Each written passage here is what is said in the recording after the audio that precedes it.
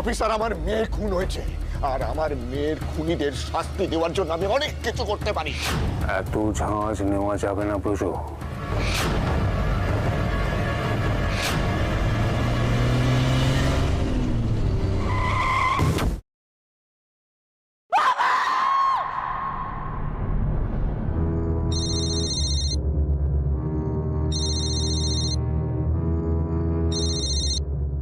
হ্যাঁ ব্রজু, বলো।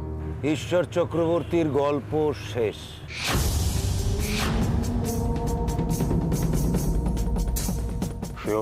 এসব কাজে আমার কখনো ভুল হয় না। তুমি তো বুঝিয়ে সুঝিয়ে একটু ভয় দেখিয়ে কাজ হাসিল করতে বলেছিলে বলেই তো এই কাজটা একটু ঘেটে গেছিল। খুব সাবধান ব্রজু, এইসব হারাপাতে মানুষগুলো জান কিন্তু খুব শক্ত হয়। শেষে দেখবে হইয়াও হইল না শেষ। কোনো চান্স নেই। লরির চাকার নিচে পড়ে পুরোটা থেতলে গেছে। ওর গরমের তাও একটু পোস্টমর্টম করে জোড়া লাগানো গেছে, কিন্তু ওর তো আর কিছুই নেই। যাক, শুনেও শান্তি। দেখলে চোখ আরো জুড়োতো। না না না, তুমি তো জানো ব্রজু আমি এসব দেখতে পারি না। তুমি দেখেছো, ব্যাস ফিনিশ। ঠিক আছে, বাকি কথা পরে হবে। হ্যাঁ, রাখো।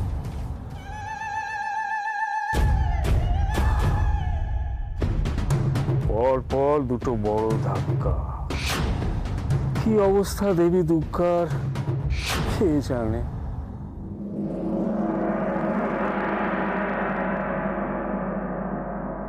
বিধিরে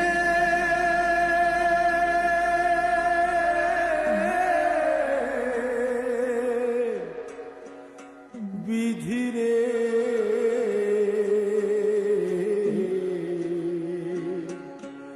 সুখের পাখি বুকের খাঁচায় ধরতে যারা যায়, ব্যথার বিষে জ্বলে জ্বলে তারা মরে যায়। সুখের পাখি বুকের খাঁচায় ধরতে যারা যায়, ব্যথার বিষে জ্বলে জ্বলে তারা মরে যায়। জীবনের গলায় কেন দোলে বলো চোখের জলের মালা, দোর খেলা তো বুঝি না রে, এ কেমন খেলা বিধি তোর খেলা তো বুঝি না রে, এ কেমন খেলা।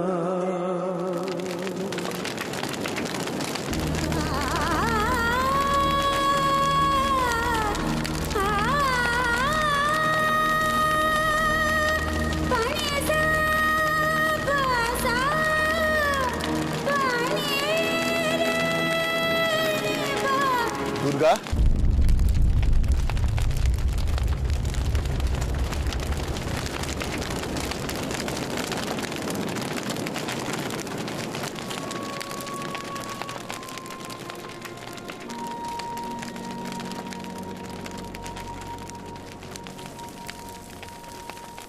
বাবা, এই তো সবে শুরু রে মা। জীবন এখন থেকে তোকে অনেক কিছু শেখাবে, দেখাবে। আর এটা ততদিন চলবে যতদিন আমরা থাকব। জীবনটা অনেকটা ওই বয়ে চলা নদীর মতো, কখনো থেমে থাকে না রে মা। কিন্তু আমার যে সবকিছু থেমে গেছে বাবা, আর এগোনোর জোরই পাচ্ছি না। জোর মানে তো মনের জোর। মনটাকে শক্ত কর মা। আর থেমে গেলে কি করে হবে? দেখ, এতদিন যে পথে আমি হেঁটেছি, কাল থেকে তোকে হাঁটতে হবে, তারপরে হয়তো অন্য কেউ। যে মশাল তোর হাতে, এটাই সত্য। সত্যের এই আগুন তুই কখনো নিভতে দিস না দুর্গা, এটাকে জ্বালিয়ে রাখিস। আর হ্যাঁ, কখনো নিজের প্রতি বিশ্বাস হারাবি না, কেমন? দেখিস, সত্যের জয় একদিন হবেই হবে। কিন্তু বাবা,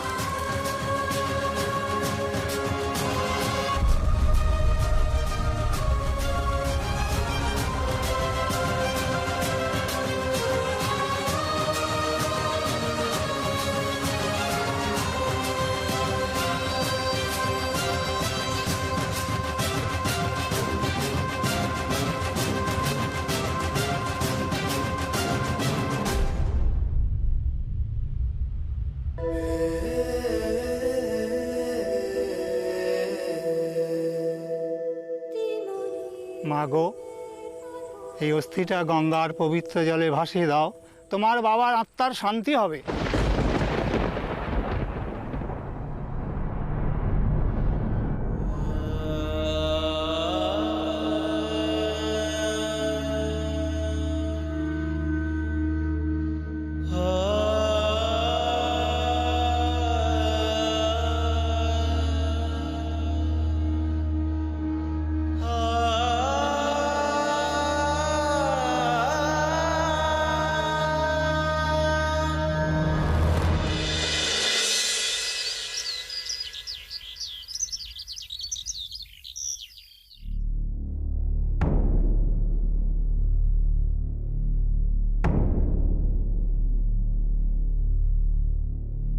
মন্দিরা, আমার চা দেয়নি কেন এখনো? কি ব্যাপার? এই তো দাদা, আপনার চা।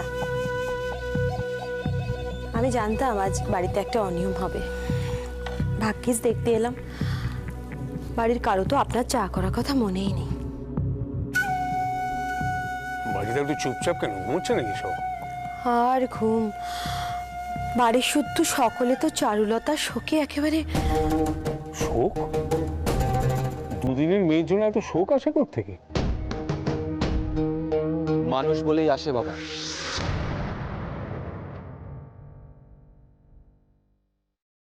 এখনো কিছু মনুষ্যত্ব আছে এই বাড়ির মানুষদের, তাই আসে। কি বলছো কি এসব?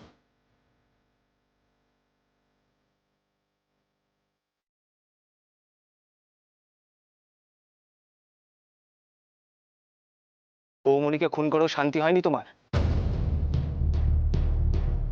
এখন ওই নিরীহ সাধারণ মানুষটাকেও তুমি... নিরীহ? কে নিরীহ?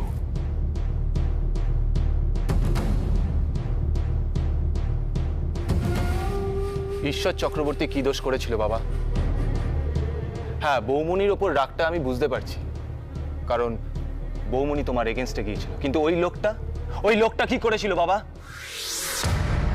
তুমি কি আমার কাছে কৈফিয়ত চাইছো? হ্যাঁ, চাইছি, কারণ উত্তরটা যদি আমি ঠিকঠাক না পাই তাহলে এবার আমার যা স্টেপ নেওয়ার সেটা আমি নেব।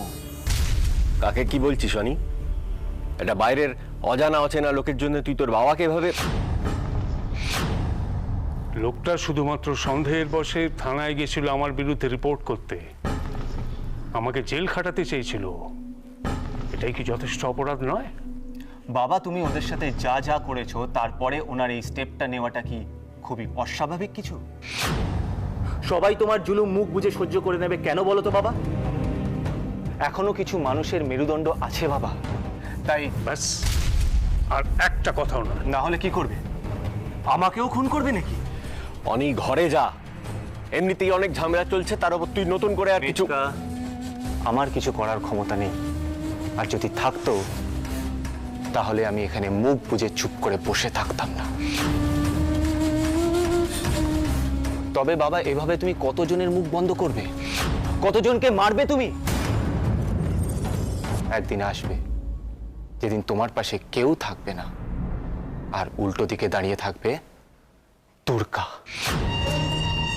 দুর্গা? দুর্গাকে বুঝি খুব মনে ধরেছে? শুনুন, যে আমার উল্টো দিকে দাঁড়াবে তাকে কুচলে দিয়ে আমি আমার রাস্তা সাফ করব। চারুলতা ঈশ্বর চক্রবর্তী যা হাল হয়েছে, দুর্গারও তাই হবে। আর ওর পাশে যদি দাঁড়াই আমি,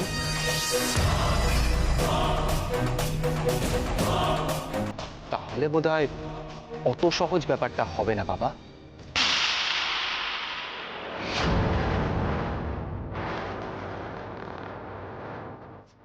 চটটা মারলাম তোমাকে বাস্তবে ফেরাবার জন্য।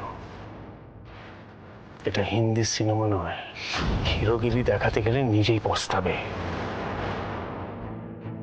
তোমার দাদার মতোই শাস্তি পেতে হবে তোমাকে।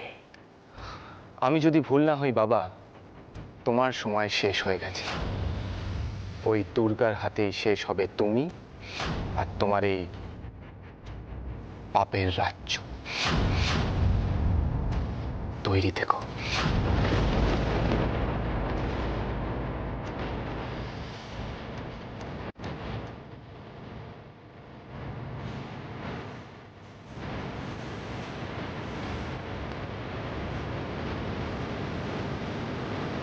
বোঝো বোঝো। মা গো মা, কথার কি ছিরি? এ তো ঘর শত্রু বিভীষণ দাদা। বলো। দুর্গা এখন কোথায়?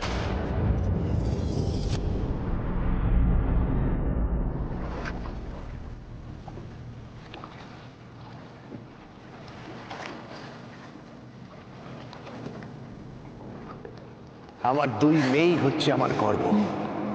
তোদের উপর আমি অনেক ভরসা রাখি, অনেক। হ্যাঁ রে। একটা কথা মাথায় রাখিস, তোর বাবা এখনো আছে, একদম চিন্তা করিস না। দেখ না, সব সমস্যা মিটে যাবে।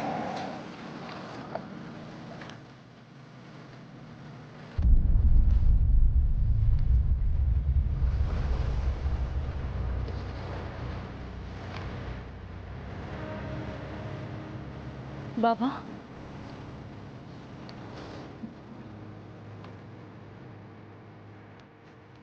অমন করে তাকিয়ে দেখছিস কি? ওদিকে দেখ, দেখ মা, সমস্ত অন্ধকার কেটে গিয়ে আবার একটা নতুন দিনের শুরু হলো। নতুন আশা, নতুন স্বপ্নের আলো চারিদিকে ছড়িয়ে পড়ছে। আর তুই এমন মুখ ভার করে বসে আছিস? দুর্গা, এই আলো তুই চোখ ভরে দেখ দুর্গা, প্রাণ ভরে নিঃশ্বাস দে, নিজেকে সঞ্জীবিত কর মা। তোমাকে ছাড়া কি করে বাবা? এই আলোতেও আমার সবকিছু অন্ধকার লাগছে, দম বন্ধ হয়ে আসে আমার।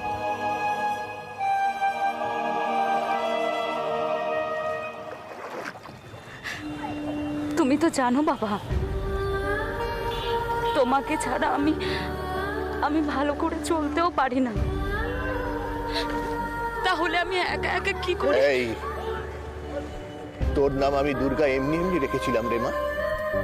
তুই জানিস না, তুই জানিস না মা, তুই কি করতে পারিস। এতদিন তুই ছিলি দুর্গা, এবার তোকে হতে হবে দুর্গতি নাশিনী। সমস্ত পাপের বিনাশ করতে হবে তোকে রে মা, তোকে। কিন্তু আমি কি করে পারবো বাবা? আমার দিদিও তো অনেক সাহসী ছিল, মনের জোর ছিল আমার থেকে অনেক বেশি। ও অভিরূপ মুখার্জির সাথে পেরে ওঠেনি। আমি তো এখনো না বাবা, আমি পারবো না বাবা। আমি খুব ভীতু বাবা, ঝোঁকের মাথায় কখন কি ঘটিয়ে ফেলেছি আমি জানি। তুই পারিস বলেই তো ঘটিয়েছিস রে মা, আর এবার তুই। না বাবা, আমি পারবো না। আমি তোমাদের ছাড়া কি করে থাকবো বাবা? আমি পারবো না, আমি পারবো না বাবা।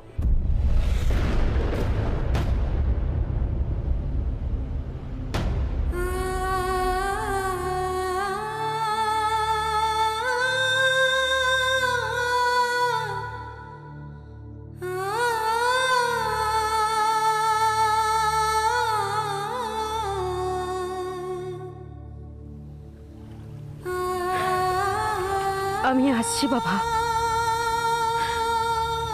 আমি আসছি তোমাদের কাছে।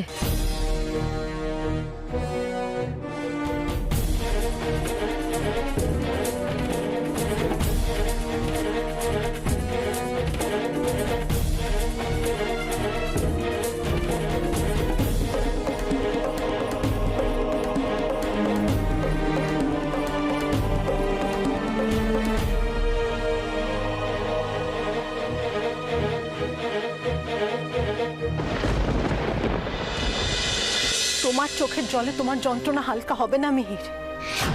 সারাটা জীবন তোমার মনে হবে তুমি ওদেরকে বাঁচাতে পারতে। আমি বাঁচাতেই চেয়েছিলাম মনি, বাবার হাত থেকে বাঁচাবো বলেই তো এত কিছু। কিন্তু কত বড় একটা ভুল করেছি, সেটা হেরে গেছি। বাবা আর ব্রজ কাকার কাছে হেরে গেছি আমি। তোমার থেকে ভালো তো ওনাদেরকে আর কেউ চেনে না মিহির। তাহলে সবকিছু জেনে শুনো কেন? নিজের উপর বিশ্বাস ছিল, আমার নিজের উপর বিশ্বাস ছিল। আমি ভেবেছিলাম হয়তো বাবাকে কনভিন্স করে ওদের সুন্দর একটা ভবিষ্যৎ দিতে পারবো, কিন্তু এখন আমি বুঝতে পারছি এই রাজনীতির খেলায় আমি কিচ্ছু নই ওদের কাছে। আমি কিচ্ছু নই, আমার কোনো অস্তিত্বই নেই। তাহলে এখন কি করবে? শুধু কাঁদবে আর বসে বসে অনুশোচনা করবে? তুমি যদি মনে করে থাকো তোমার ভুল হয়েছে, তাহলে তাহলে এই চার দেওয়ালের মধ্যে বসে না থেকে বাইরে যাও, অন্যায়ের প্রতিবাদ করো, সত্যিটা সবার সামনে আনো মিহির, যাতে দোষীরা শাস্তি পায়। তুমি সেই খুনে তাই নিয়ে আমি কোথায় যাবো মনি? আমি টুকরো হয়ে গেছি। এই যন্ত্রণা আমাকে পুড়ে। যাও যাও, চলে যাও, যাও এখান থেকে যাও, প্লিজ আমাকে একা থাকতে দাও, যাও। এভাবে কতক্ষণ মিহির? জানি না, জানি না আমি, কিন্তু আমি নিজেকেই নিজে সহ্য করতে পারছি না। মনে হচ্ছে আমার আমার এই হাতে দেখো, দেখো এই হাতে কিরকম রক্ত লেগে আছে, চারু রক্ত লেগেছে। ওখানে তাকিয়ে আছো কেন? হ্যাঁ, যাও এখান থেকে যাও, যাও প্লিজ, আমাকে একা থাকতে দাও, যাও যাও।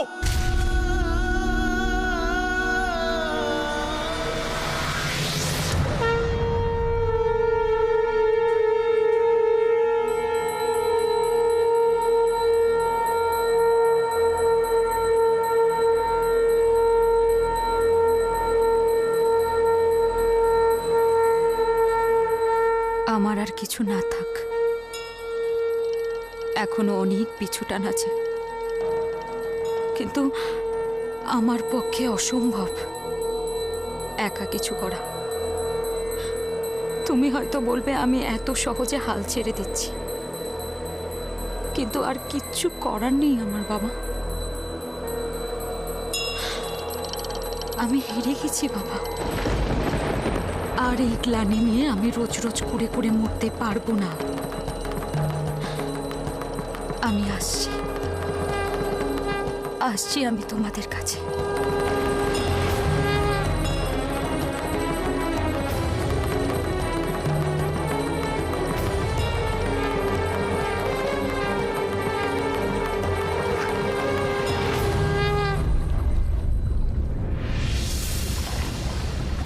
আমার কথার কোনো মূল্য নেই তোর কাছে? তোর যন্ত্রণাটা বড় হলো সবকিছুর থেকে। তুমি আমাকে ভালো করে জানো বাবা, আমি সবকিছু হারিয়ে এখন নিঃস্ব। আমি হেরে গেছি বাবা। আমি শুধু এটুকুই জানি যে আমার দুর্গা কোনোদিন হারতে পারে না। এটা তোমার মনে হয়? ভাবো এখনো? হ্যাঁ ভাবি, আজ আমি আর নেই, কিন্তু আমার ভাবনাগুলো তো তোর সাথে আছে, আছে না? বল, তুই পারিস না মা? পারিস না আমার সেই ভাবনাগুলোকে তুই বাঁচিয়ে রাখতে? শোন দুর্গা, লড়াইটা আসলে একটা অভিরূপ মুখার্জির সাথে নয়, লড়াইটা আসলে অগণিত মানুষের সাথে হওয়া অন্যায়ের বিরুদ্ধে। কারণ অভিরূপ মুখার্জির মতন মানুষ এই সমাজে হাজারটা আছে। হ্যাঁ রে মা, সংখ্যায় হয়তো তারা সাধারণ মানুষের চাইতে কম, কিন্তু তারাই ক্ষমতার জোরে সত্যের গলা টিপে হত্যা করে নিজেদের পাপের সাম্রাজ্য চালাচ্ছে। আমাদের এই মৃত্যুটার একটা মানে থাকবে যদি তুই এই লড়াইটা চালিয়ে যাস। তাহলে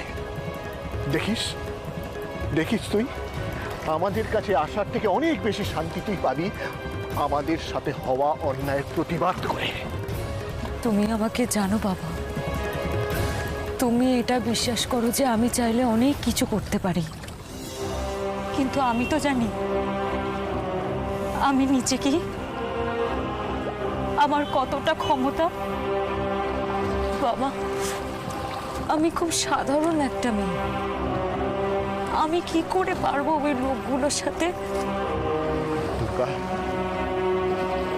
দুর্গা, তুই শুধু এখন আমার মেয়ে নস, এই দেশের মেয়ে। অসংখ্য দুর্গাদের মধ্যে তুই একজন। তোর সাথে যা হয়েছে তোর মতো অন্য কারোর সাথে হয়তো এর থেকেও খারাপ হয়েছে। সেই সব কিছুর তুই প্রতিবাদ করবি না মা? হ্যাঁ, করবি না প্রতিবাদ? মুখ বুঝে সবকিছু সহ্য করবি?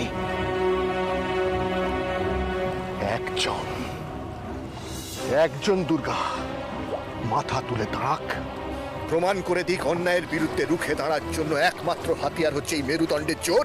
ব্যাস, তারপরে দেখিস তুই তোর চারপাশে কত মানুষকে পাস। আমি যা ভেবেছিলাম তার কিছুই আমি করতে পারিনি। আর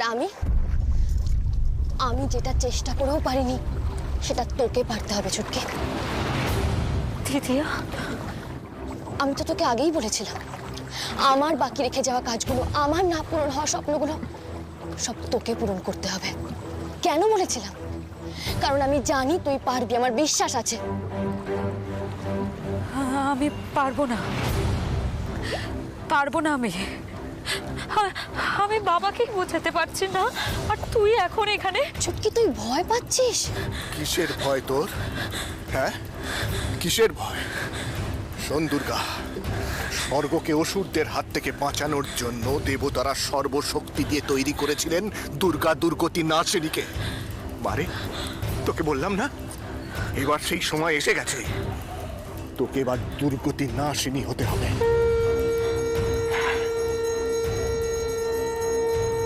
চোখ পেলে দেখ, দেখ দুর্গা, দেখ চারপাশটা ভালো করে তাকিয়ে দেখ। কোটি কোটি অত্যাচারিত মানুষ তোর দিকে তাকিয়ে আছে, তোর দিকে। এরা তোর কাছ থেকে কি চায় জানিস? জানিস? ন্যায় বিচার, ন্যায় বিচার চায় এরা তোর কাছ থেকে।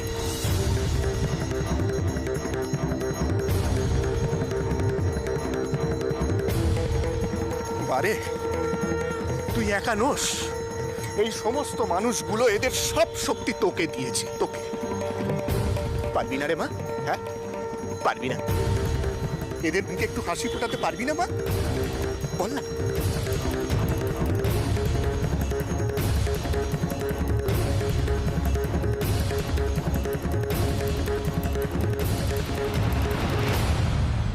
আমি মায়ের মুখে হাসি ফোটাবো কি করে আমি জানি না। আমি জানি না আমি নিজে কি করে। তুই জানিস ছুটকি, তোর শুধু নিজেকে চেনার অপেক্ষা। আমাদের বিশ্বাস তুই পারবি, তুই পারবি দুর্গা। তুই জিতবি লড়াই। হ্যাঁ রে দুর্গা, তোকে জিততেই হবে। আমাদের সবার জন্য তোকে জিততে হবে রে মা। বল না, বল না মা, তুই পারবি না? পারবি না জিততে? পারবো, পারতে আমাকে হবে। তবে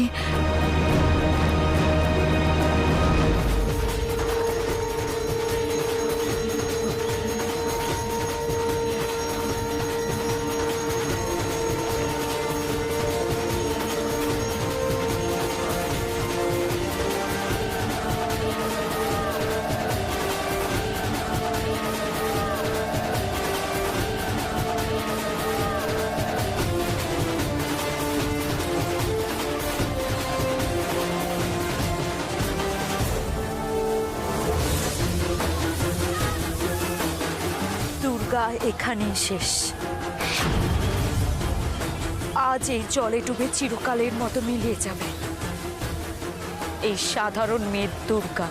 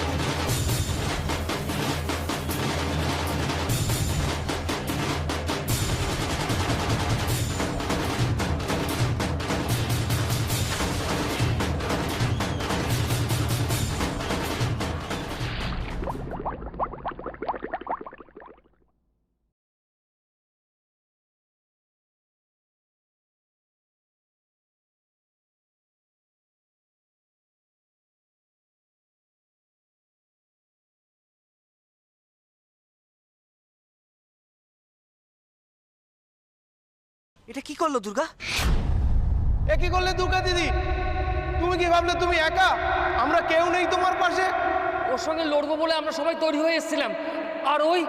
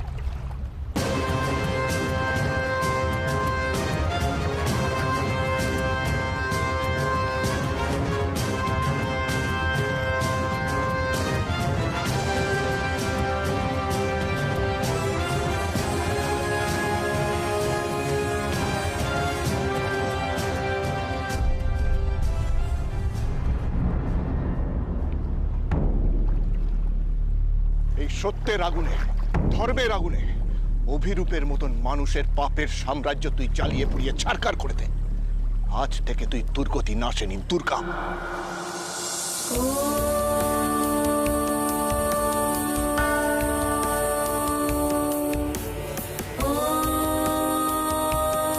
নাও।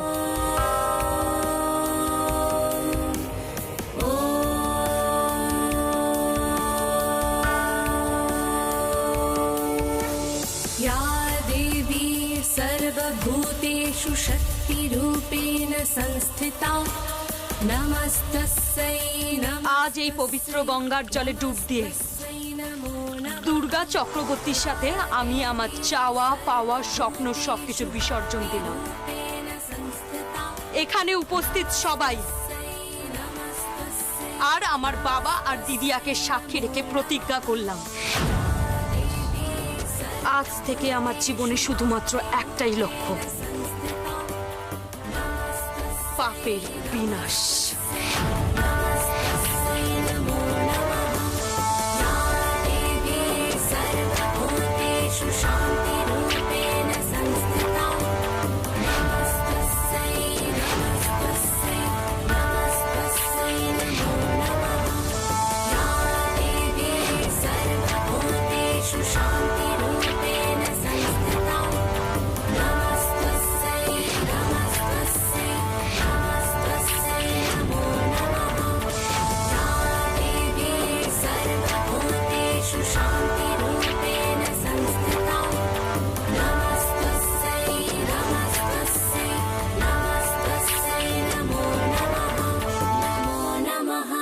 नमो नमः नमो नमः नमो नमः।